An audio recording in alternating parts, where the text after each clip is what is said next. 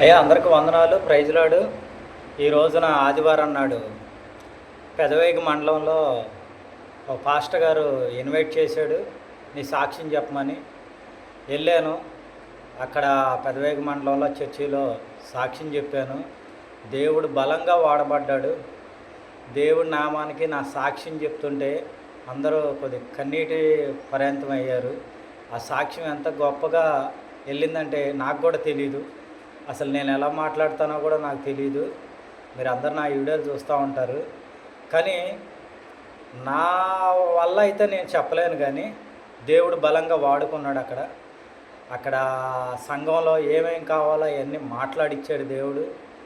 ఎందుకు పనికిరాని వాడిని, చదువు లేని వాడిని, అసలు మాట్లాడటమే చేతకాని వాడిని దేవుడు బలంగా బలిపీఠం దగ్గర నిలబెట్టి బలంగా వాడుకున్నాడు. దేవుడి నామాన్ని బట్టి ఎంతగానో నేను స్తుతిస్తున్నాను దేవుడికి. ఈ రోజున మళ్ళీ హైవే మీదకి సువార్తకు బయలుదేరుతున్నాను.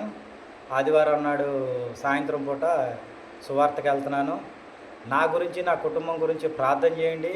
ఇంకా అనేకుల దగ్గర ఇంకా నేను సాక్షిగా నిలబడాలి. అనేక చోట్ల కూడా సాక్ష్యం చెప్పాలని ఆశపడుతూ, మీ అందరూ నా వీడియోలు చూస్తున్నారు కాబట్టి ఫేస్బుక్లో అన్నింటిలో కూడా సేవకులు కానీ, నా ఫ్రెండ్స్ కానీ, ఎవరైనా కానీ నా కొరకు, నా కుటుంబం కొరకు ప్రార్థన చేయండి.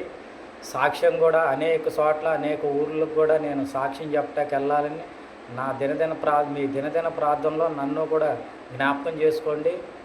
నా గురించి ప్రార్థన చేయమని సువార్తకు వెళ్తున్నాక నా కుటుంబం కొరకు, నా కొరకు ప్రార్థన చేయమని కోరుకుంటూ, ఆమేన్.